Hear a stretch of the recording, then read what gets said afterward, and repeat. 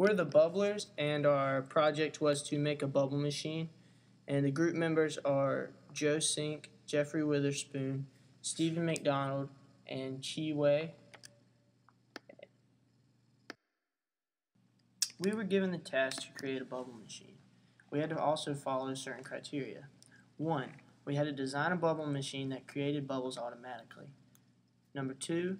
We couldn't use any commercial bubble solution or any parts from a commercial bubble machine. 3. Bubbles had to detach from the machine and float away. 4. No more than 6 volts battery power could be used to power the machine. 5. It had to be portable so we could take it to the judges' table on Fed Day. And 6. This all had to be completed with a budget of under $40. And then we implemented the design cycle. The first step was to define the problem. What we need to do is create a bubble machine with the criteria in mind. We need to come up with the design, including the power supply, the machine setup, and the wiring. We should come up for a recipe for the solution. And also we need to know what ingredients we needed. We also need to know how to make it look so that it would be presentable. After brainstorming our objectives, we decided we needed to derive a design. This is where the imagination starts. Jeffrey fortunately had a background in robotics, so he suggests one of the first thing we need was a continuous servo motor, a device that would rotate the bubble wands into and out of the solution. Also, we knew we would need the fund of some sort of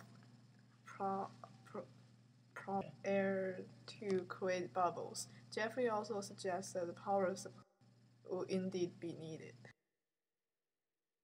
Step 3 of the design cycle was to plan our project. Everyone brought different ideas to the table, and some of the designs were too complicated, and some also required parts we just didn't have resources for. After much consideration and thought over each design, we finally decided on one. This design comprised of plywood frame which housed a servo motor that would rotate the bubble wands into and out of the solution. The solution was comprised of soap and liquid glycerin as well as water. The fan would sit on top of the plywood frame right in front of the switch that would also be wired to a AA battery pack. And when the switch was flipped on, the bubble wands would move, and then we would click the fan on, which would then blow air through the wands, which would create bubbles. We figured out all these parts would only cost $37. Step 4 was to create. Once we got through the planning and layout of the project, it was time to hit the workshop. We used the wood shop to create a small frame out of plywood that was held together by small screws. We made sure to choose wood thick enough so that the servo could be mounted, but thin enough so that the switch could be inlaid into the wood. We went online to find the parts that would fit the requirements that we created. After the parts came in, we sat down and pieced together our project using the plan from our design. In step 5 of the process, we had to test our project and figure out what we needed to improve. We found out that our fan didn't blow hard enough. So we ended up going to Home Depot to get another one that worked nicely without being too large. We also decided that we needed to paint it so it would be presentable, and we did it so it resembled the football stadium at Carter Finley. The Fed Day results. Fed Day was a success for us.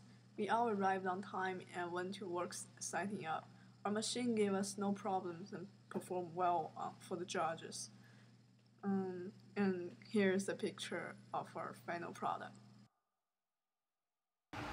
Some advice we have for next year's freshmen. Number 1, start early. It's always a good idea to start early, because if you get behind, that's a really bad idea, and that'll hurt you in the long run. Sometimes you may feel like you got enough time to get it done, but little things add up. Number 2, plan ahead. It's always important to have a plan. Plans are what get things done. If you don't have a plan, sometimes you can fall behind, and little tasks, they can be forgotten about. And if you do that, then your project's not going to work. Your wires may not have gotten connected, and then boom, your project doesn't work. So always remember to make a plan and follow those steps. Number 3, Expect the unexpected. Anything can happen. We thought our project was going to work great the first time, but our fan blew too hard and the bubbles didn't come out. It just blew the solution right out of the bubble rings. So make sure to expect the unexpected. Number 4, extra parts. Always order more than you think you need, because anything bad will happen at Fed Day. Lots of groups can tell you that. We ordered an extra servo motor just in case ours didn't work, and thankfully it did work at Fed Day. And number 5, most importantly, enjoy this, because you're only a freshman once and you only go to Fed Day once. It's really important to enjoy it, and in the process make new friends, and hopefully your project will work at Fed Day and y'all can come up with something great and the judges will love it, because Fed Day's a blast and you should enjoy every bit of it.